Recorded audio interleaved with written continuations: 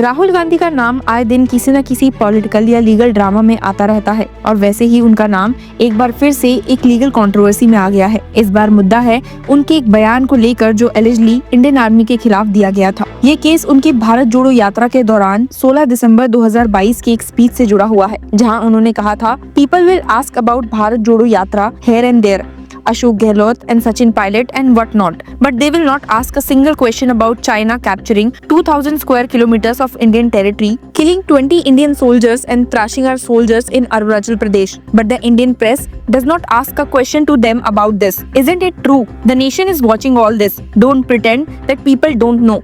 ये रिमार्क एक farmer BRO director Uday Shankar Srivastava को इतना चुभा कि उन्होंने गांधी के खिलाफ डिफेमेशन का केस दाखिल कर दिया। श्रीवास्तव, जिनका रैंक एक आर्मी कर्नल के बराबर है, उन्होंने ये कहा कि ये बयान पूरी इंडियन आर्मी को डिफेम करता है और उनके जैसे आर्मी के प्रति श्रद्धा रखने वाले लोगों के सेंटिमेंट्स को हर्ट करता है। ये केस तब और सीरियस हो गया जब राहुल गांधी ने लखनऊ की ट्रायल कोर्ट के फरवरी 11, 2025 के समन के बावजूद कोर्ट में हाजिर होने से इनकार कर दिया। लेकिन कहानी यही नहीं रुकी। राहुल गांधी ने ट्रायल कोर्ट में अपीयरेंस न देके इलाहाबाद हाई कोर्ट का रुख किया। कांग्रेस के टॉप नेता के इस तरह बार बार कोर्ट समन को अवॉइड करने से केस ने काफी लीगल कॉम्प्लेक्सिटी ले ली है। गांधी के लॉयर प्रांशु अग्रवाल ने कोर्ट में आर्ग्यू किया कि कंप्लेंट फैब्रिकेटेड लगती है और गांधी लखनऊ के रेजिडेंस नहीं है, इसीलिए ट्रायल कोर्ट को पहले एलिगेशंस को प्रॉपर तरीके से इन्वेस्टिगेट करना चाहिए था। अगर ट्रायल कोर्ट को लगता है कि प्राइमा फेसी केस बनता है, तभी उन्हें समन करना चाहिए था। मगर इलाहाबाद हाई कोर्ट ने गांधी की ये रीजनिंग एक्सेप्ट नहीं की। मई 29, 2025 को जस्टिस सुभाष विद्यार्थी की बेंच ने उनका प्ली डिसमिस कर दिया और कहा कि ट्रायल कोर्ट का डिसीजन लीगली वैलिड है। कोर्ट ने रिमार्क किया था, no doubt over the fact that article 19(1)(a) of the constitution of India guarantees freedom of speech and expression, but this freedom is subject to reasonable restrictions and it does not include the freedom to make statements which are defamatory to any person or defamatory to the Indian Army. Therefore, the ratio laid down in Javed Ahmed Hazam Supra and Kaushal Kishore Supra would not apply to the facts of the present case. इस observation के जरिए court ने ये भी clarify किया कि freedom of speech absolute नहीं है और जब किसी रिमार्क से नेशनल इंस्टीट्यूशन का इमेज टार्निश होता है तो वो कॉन्स्टिट्यूशनली प्रोटेक्टेड स्पीच नहीं कहलाता। आपको बता दूं कि गांधी ने ये भी आर्ग्यू किया था कि कंप्लेनेंट श्रीवास्तव आर्मी ऑफिसर नहीं है, इसीलिए वो एग्रीव्ड पर्सन नहीं कहलाते। लेकिन हाईकोर्ट ने ये आर्ग्यूमेंट भी रिजेक्ट कर दिया और सेक्शन 199(1) सीआरपीसी का रेफरेंस देते हुए कहा, A person other than the direct victim of an offence can also be considered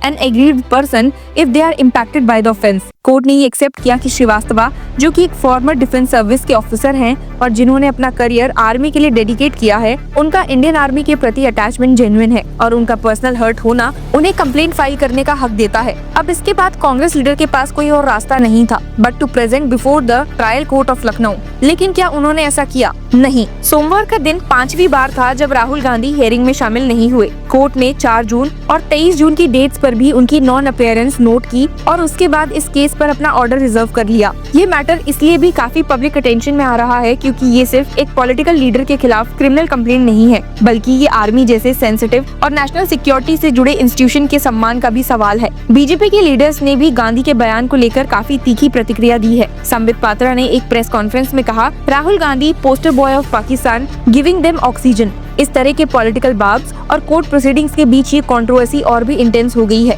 trial court के एडिशनल चीफ जुडिशियल मजिस्ट्रेट आलोक वर्मा ने जब गांधी को 24 मार्च को कोर्ट में प्रेजेंट होने का ऑर्डर दिया था, इस समन को चैलेंज करते हुए गांधी ने हाई कोर्ट का दरवाजा खटखटा दिया था, जहां उनकी प्ली फिर से रिजेक्ट हो गई। कोर्ट ने ये भी क्लैरिफाई किया कि प्रिलिमिनरी स्टेज पर कोर्ट को ये डिसाइड नहीं करना होता कि स्टेटमेंट सच है या झूठ, ये फैसला ट्रायल के दौरान ही किया जाएगा। कोर्ट ने कहा था, the trial court has rightly arrived at the decision to summon the applicant to face trial for the offence under section 500 IPC after taking into consideration all the relevant facts and circumstances of the case and satisfying himself that a prima facie case for trial of the applicant is made out। हालांकि गांधी के non appearance से court की नाराजगी बढ़ती जा रही है। Court ने अब तक कोई कोरेसिव एक्शन नहीं लिया है, लेकिन अगर ऐसा ही चलता रहा तो अगले स्टेप में बेलेबल या नॉन बेलेबल वारंट इशू हो सकता है। लीगल एक्सपर्ट्स भी मानते हैं कि अगर किसी MP या हाई प्रोफाइल पर्सन को रिपीटेडली कोर्ट के ऑर्डर्स की अवहेलना करते देखा जाता है तो जुडिशरी इसको लाइटली नहीं लेती। अब जब हाई कोर्ट ने उनकी प्ली रिजेक्ट कर दी है और ट्रायल कोर्ट ने उन्हें मल्टीपल बार बुलाया है तो गांधी के पास ऑप्शन लिमिटेड लिमिटेड है, या तो वो कोर्ट में प्रेजेंट होकर अपनी बात रखकर लीगल फाइट लड़े या एक और हायर अपील करे। लेकिन सुप्रीम कोर्ट में जाने का ऑप्शन भी तभी अवेलेबल है जब कोई सब्सटेंशियल क्वेश्चन ऑफ लॉ या फंडामेंटल राइट्स इन्वॉल्व हो। इस केस में अभी तक सुप्रीम कोर्ट को अप्रोच नहीं किया गया है। पॉलिटिकल पर्सपेक्टिव से देखा जाए तो कांग्रेस ने गांधी के रिमार्क्स का डिफेंस किया। कांग्रेस पार्टी के स्पोक्सपर्सन ने बार बार कहा कि गांधी सिर्फ ग्राउंड रियलिटीज की तरफ अटेंशन ला रहे थे। उनका क्रिटिसिज्म सरकार के रिस्पॉन्स को लेकर था, आर्मी के परफॉर्मेंस को लेकर नहीं। लेकिन लीगल सिस्टम में ये आर्गुमेंट तभी माना जाता है जब आपके वर्ड्स का कंटेक्स्ट, टोन और इंटेंट क्लियरली नॉन डेफेमेटरी हो। गांधी के स्टेटमेंट के शब्दों का चॉइस और उसकी टाइमिंग, जब गलवान क्लैश के बाद पूरा देश आर्मी के सपोर्ट में था, उनके स्टेटमेंट को और कंट्रोवर्शियल बना देता है। ये भी इंटरेस्टिंग है कि गांधी ने अपने स्टेटमेंट के लिए अब तक ओपनली रिग्रेट या क्लैरिफिकेशन इशू नहीं किया है, जो कि कई बार कोर्ट के लिए मिटिगेटिंग फैक्टर का काम करता है। अगर वो ये कहते हैं कि उनका इंटेंशन आर्मी को हर्ट करना नहीं था और अगर उन्होंने वॉलंटरी क्लैरिफिकेशन या अपॉलॉजी दी होती तो शायद कोर्ट इसको भी कंसीडर करता। लेकिन अब जब मैटर डेफेमेशन ट्रायल तक पहुँच चुका है और लीगल बैटल इंटेंस हो रही है, तो अब अपॉलॉजी देना भी पॉलिटिकल और लीगल स्ट्रेटेजी का पार्ट बन जाता है।